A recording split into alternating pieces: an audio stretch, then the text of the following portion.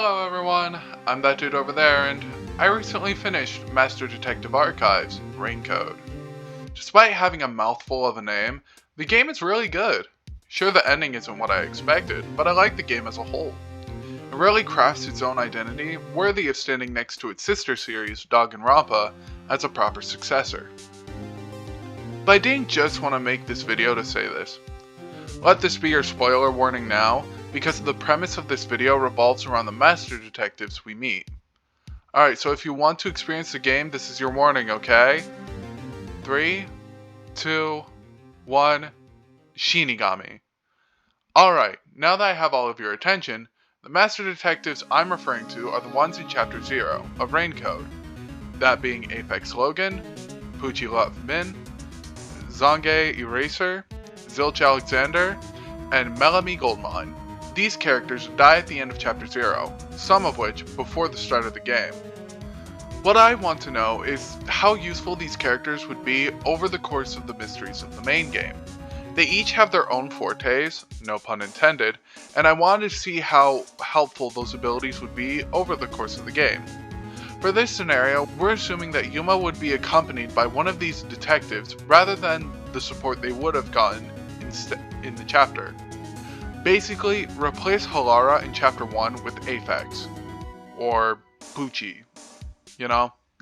We'll see who helps, who sucks, and who completely destroys the gimmick of the case. So for Chapter 1, Yuma goes about solving the locked room mysteries of the serial killer known as the Nail Man. Not to be confused with the Mailman. To be honest, I don't see many of our detectives being helpful here. Aphex and Pucci's abilities rely on detecting what's around, more specifically, the who, since the Nailman's investigations don't have the killer being near the scene of the crime. These abilities are about as useful as a tank top during a hailstorm. Zilch and Zange could prove to be helpful somewhat during investigation, Zange though more than Zilch. Zilch's ability to control animals would be helpful in looking for ways to escape the locked rooms. However, Zange's forte of thoughtography is probably the closest thing to an instant win. With one of the clues being the footprints of the killer, Zange could project the image of the shoe print onto a device for Yuma to compare against. While it's not a perfect strategy, it's a win condition on finding the Nailman. However, despite Zange's getting a near instant win, Melanie does get the instant win. Melanie's ability to act as a medium in return for wearing the culprit's clothes is an incredibly broken ability, considering the fresh kill in the clock tower. Now, I'm not dumb, I know that Melanie must be able to wear the clothes, and it can't be too big or too small. But that's where Yuma comes in. Thanks to his coalescence, he would be able to gain this ability too by holding Melanie's hand. So even if the body was too small for her, it might be the perfect height for Yuma. And they got like 4 tries on this. So there's at least a small chance of this working. The only drawback that this strategy would have is that the victim doesn't know who the killer is, but I think that knowing who lured them there would be a great indicator of who done it. In Chapter 2, Yuma solves the mystery behind the death of a student in an all-girls school. I'm gonna be honest, this one I don't think any of the detectives could help with. Because of how sudden the murder happens, none of the other detectives would have been able to use their fortes to either stop it or provide clues. Not even Melanie, whose medium abilities are incredibly useful, would have helped during this investigation. Because of the play, it lowers the guard of the detectives, meaning that Aphex or Zilch wouldn't be actively using their fortes to patrol around the area. In fact, it's because of the play that Pucci's abilities would be useless, since it requires so much concentration to use. The only person who could remotely be helpful is Zange, but even that's a stretch considering how limited thoughtography is. Overall, the detectives would be unreliable. For Chapter 3, Yuma has to investigate the death of a resistance leader while being branded as a terrorist by the Peacekeepers. The 2 worst detectives in this case are Melanie and Zange. Shachi's build is too big for both Melanie and Yuma, so getting him to come back and reveal the culprit is out of the question. Zange, on the flip side, is irrelevant since none of the evidence that Zange can produce with his memories could change the result of the case. Not to mention that Zange would hinder the team when running away from the Peacekeepers, thanks to his relatively old age. I think this chapter would be a great time for Aphex, Zilch, and if you really want to stretch it, Pucci, a chance to shine. With Aphex's life radar, he provides a good defense against the Peacekeepers, basically acting as an alarm for Yuma. It's not rewinding time, but knowing the enemy's location is a great advantage when moving around. This is the same reason why Zilch is a good partner as well. First, you have the presumed mice and rats among the slums to take advantage of, but if you include all the flooded areas that Yuma visits in this chapter, Zilch can use its abilities to rely on sea life to get information.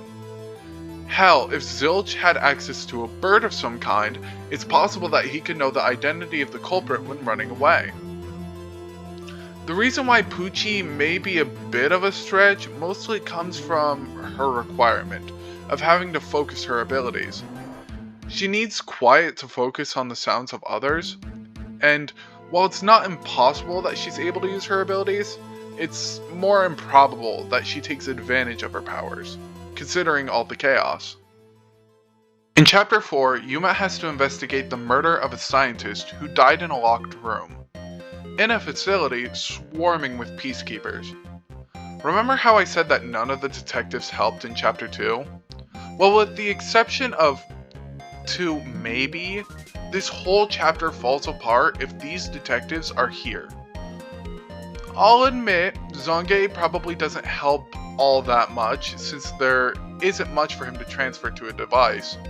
And I'll even admit that Melanie, or Yuma channeling the doctor's soul, isn't that helpful considering the motives behind the dog's actions. But Zilch, Pucci, and Aphex prevent the chapter's murder from even happening. More Aphex and Pucci than Zilch. Still don't believe me? Well, let me explain. Before the murder begins, there's a blackout that gets all the detectives nervous about the victim dying. After Chief leaves to buy us some time, the master detectives move to check in on the doctor. The doctor gives his message, then the feed cuts out after he exclaims that someone is inside with him. From here, the case falls apart. If Aphex uses his abilities, he'll be able to see if someone is with the doctor.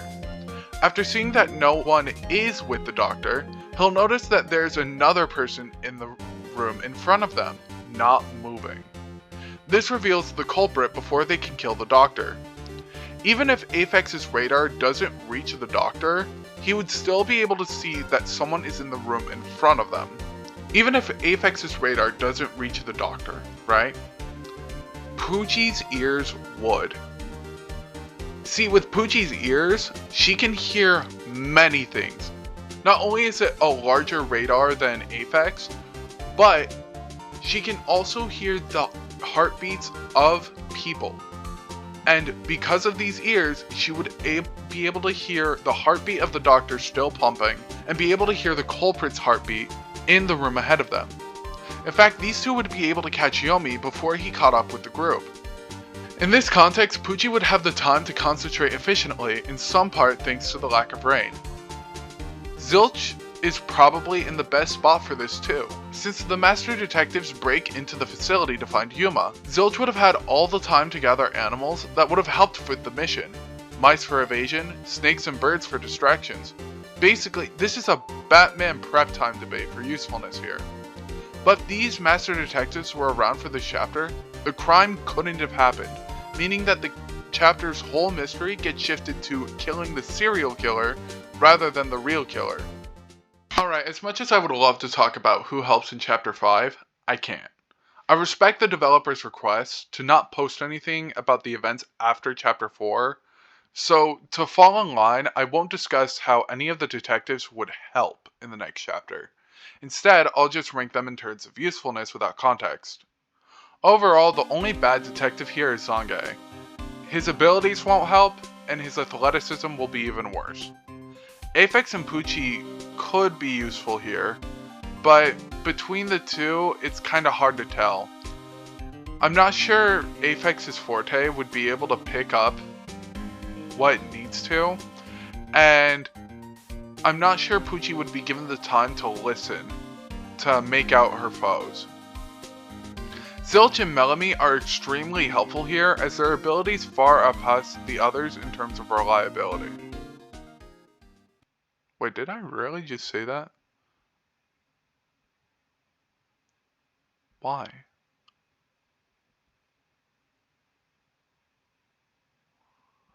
Oh, okay. Next would be Melanie, who could probably keep up with Yuma, but she would be helpful in, like, very choice circumstances.